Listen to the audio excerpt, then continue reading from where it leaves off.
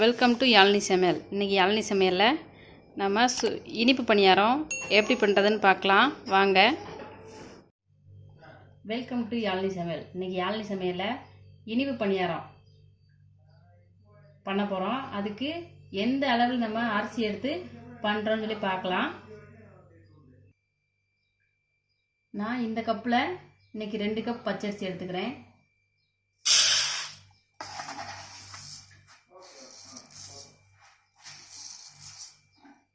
2 cup பச்சரிசி, அதே கப்பில் 2 கப் புழுங்கல் அரிசி, 2 சம அளவு எடுத்துக்கோங்க. அப்போ தான் பணியாரம் வந்து நல்லா சாஃப்டாக வரும். 2 சம அளவு எடுத்தாச்சு. இப்போது கொஞ்சமாக வெந்தயம் போட்டுக்கலாம். பார்த்தீங்களா, இது 1/4 டீஸ்பூன் இருக்கும். கொஞ்சமாக வெந்தயம் போட்டுக்கலாம். உளுந்து நிறைய சேர்க்க வேண்டாம். உளுந்து நிறைய சேர்த்தோம்னா அது வந்து நம்ம நான்ஸ்டிக்னா எப்படி நம்ம உளுந்து சேர்த்தாலும் கரெக்டாக வந்துடும். நம்ம பழைய காலத்து கல் சட்டி அது மாதிரிலாம் யூஸ் பண்ணோம்னா பணியாரம் வந்து உளுந்து அதிகமாக சேர்த்தோம்னா ஒட்டிக்கிறோம். அதுவும் இனிப்பு சேர்க்கும்போது கறிக்கிட்டு வரவே வராது. அதனால நம்ம வெந்தயம் எவ்வளோ சேர்த்தோமோ அதை விட கொஞ்சம் எக்ஸ்ட்ரா உளுந்து சேர்த்துக்கலாம். நான் 1 ஸ்பூன் உளுந்து சேர்த்துக்கிறேன். நம்ம எடுத்த அரிசி உளுந்து வெந்தயம் எல்லாத்தையும் கழுவியாச்சு. நான் 2 தடவை கழுவிருக்கேன். இதை வந்துட்டு அப்புறம் நல்ல தண்ணி ஊற்றி ஒரு 8 மணி நேரம் ஊற வச்சுக்கலாம். 8 மணி நேரம் ஊறினாலே நல்லா ஊறிடும். அதுக்கப்புறமா நம்ம பணியார மாவை அரைச்சி எடுத்துக்கலாம். நல்ல தண்ணி வந்துட்டு நல்லா முங்க ஊற்றுங்க. அப்போ தான் நல்லா ஊறி பொங்கி வரும். இல்லை அப்படின்னா தண்ணி பத்தாத மாதிரி ஆயிடும். அதனால் எக்ஸ்ட்ராவே தண்ணி வச்சு ஊற வைங்க. 8 மணி நேரம் ஊற வச்சுக்கலாம். அரிசி நல்லா ஊறிடுச்சு. இப்போ கிரைண்டரில் போட்டு அரைச்சிக்கலாம்.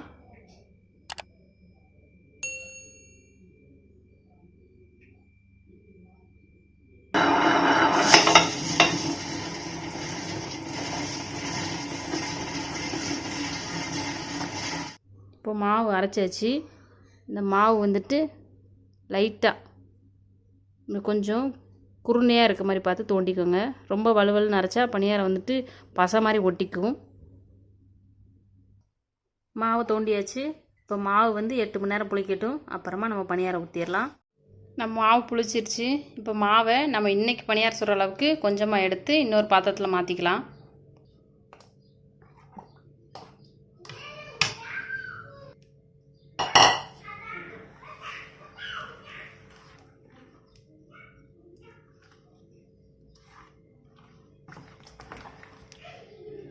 நல்லா மிக்ஸ் பண்ணி நம்ம இன்றைக்கி தேவையான அளவுக்கு எடுத்துக்கலாம்.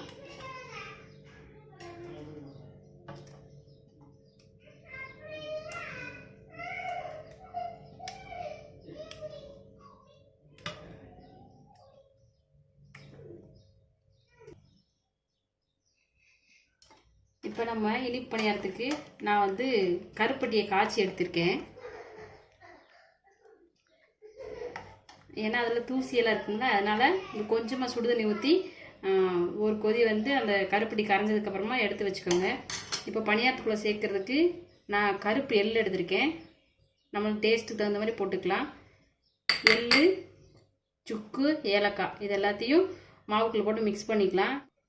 கொஞ்சமாக தேங்காய் வந்துட்டு சின்ன சின்னதாக கட் பண்ணி வச்சுருக்கேன். இது எல்லாத்தையும் போட்டு மிக்ஸ் பண்ணிக்கலாம். உங்களுக்கு இதெல்லாம் போட எங்களுக்கு விருப்பம் இல்லை அப்படின்னா வெறும் இது வெல்லமோ கருப்பட்டியோ நம்ம வீட்டில் இருக்க எதையோ ஒன்று இப்படி உருக்கி வந்துட்டு வடிகட்டி உள்ளே சேர்த்து அப்படியே மிக்ஸ் பண்ணி கலந்து சுடுங்க. நல்ல டேஸ்ட்டாக இருக்கும். இப்போ வடிகட்டிக்கலாம்.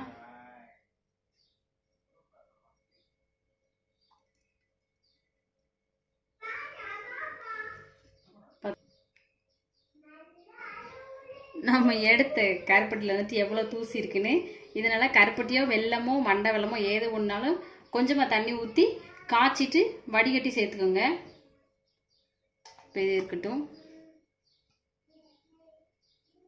இப்போ இதை மிக்ஸ் பண்ணிவிட்டு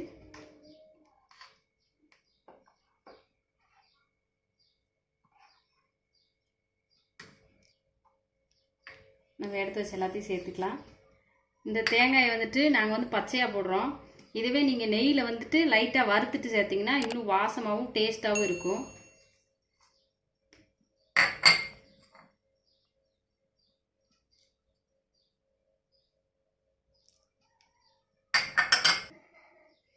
ஏலக்காயை இப்படி பொடி பண்ணி சேர்த்துக்கோங்க.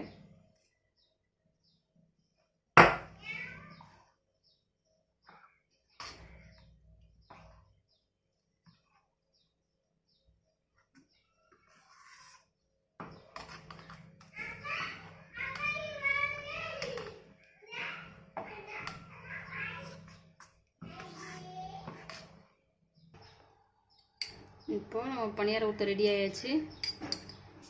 பாத்திரத்தில் கொஞ்சமாக எண்ணெய் ஊற்றிக்கலாம்.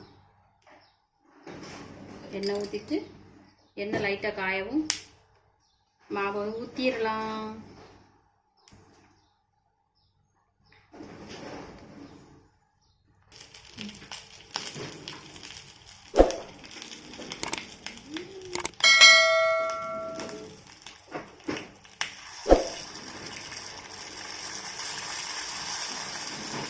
மாவு ஊற்றும் போது இது மாதிரி சவுண்டு வரணும். அப்போதே பாத்திரம் காஞ்சிச்சுன்னு அர்த்தம். அப்போ தான் நல்லாயிருக்கும். இல்லைன்னா கல் மாதிரி இருக்கும்.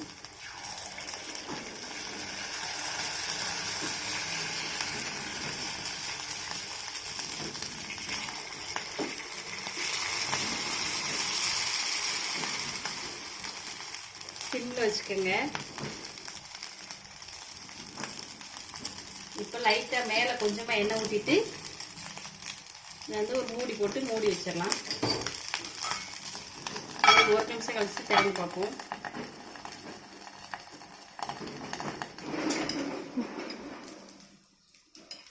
இப்போ வெந்துச்சு. தட்டை ஓப்பன் பண்ணிட்டு பணியாரத்தை திருப்பி போட்டுக்கலாம்.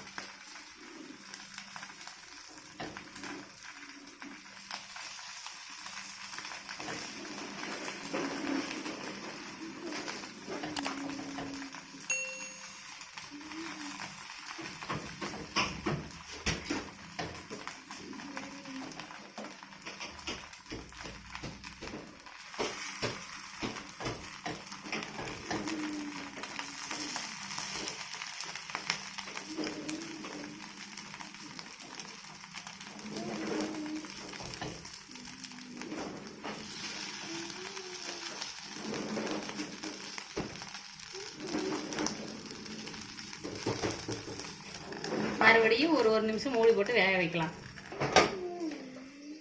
இப்போ நம்ம பணியாரம் ரெடி ஆயிடுச்சு.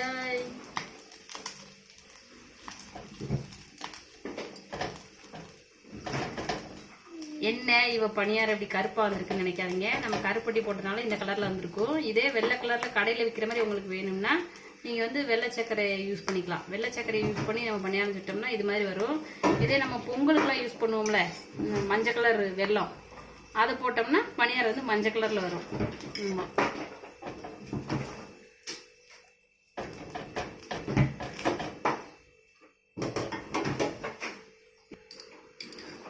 சேர்த்து ஊத்திக்கலாம் பணியாரத்தை.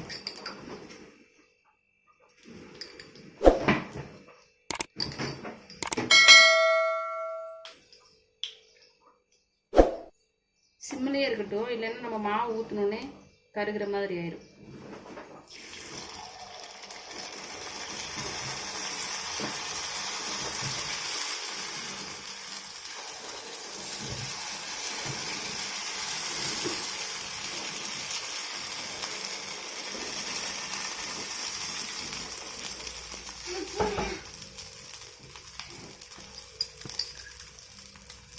மேலே கொஞ்சமாக எண்ணெய் ஊற்றிட்டு மூடி வச்சிடணும்.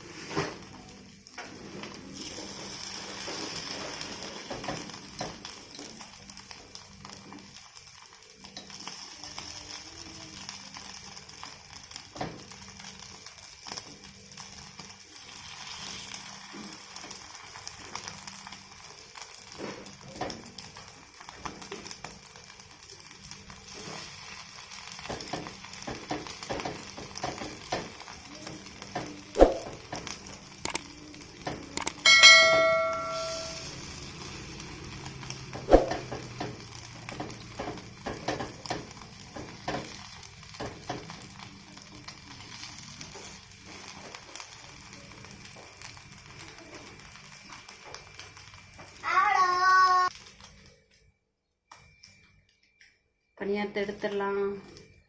இது மாதிரி பெரிய குச்சியாக வச்சுக்கிட்டிங்கன்னா எடுக்கிறதுக்கு ஈஸியாக இருக்கும். நம்ம திருப்பி விடும்போது அனல் அடிக்காது. எல்லா பணியாரத்தையும் இப்படியே ஒரே குச்சியில் எடுத்துடலாம். எப்படி சூப்பராக இருக்கா நம்ம பணியாரம்?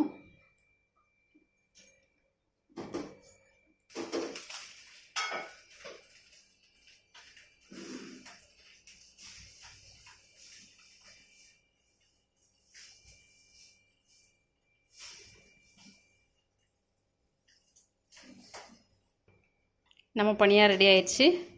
இதே மாதிரி நீங்களும் வீட்டில் செஞ்சு பார்த்துட்டு எப்படி வந்துச்சு, உங்களுக்கு வந்துச்சா வரலையா, இந்த மெத்தட் சரியாக இருந்துச்சா இல்லையான்னு நம்ம கமெண்ட் பாக்ஸில் வந்து கமெண்ட் பண்ணுங்கள். சப்ஸ்கிரைப் பண்ணுங்கள் ஃப்ரெண்ட்ஸ். தேங்க்யூ.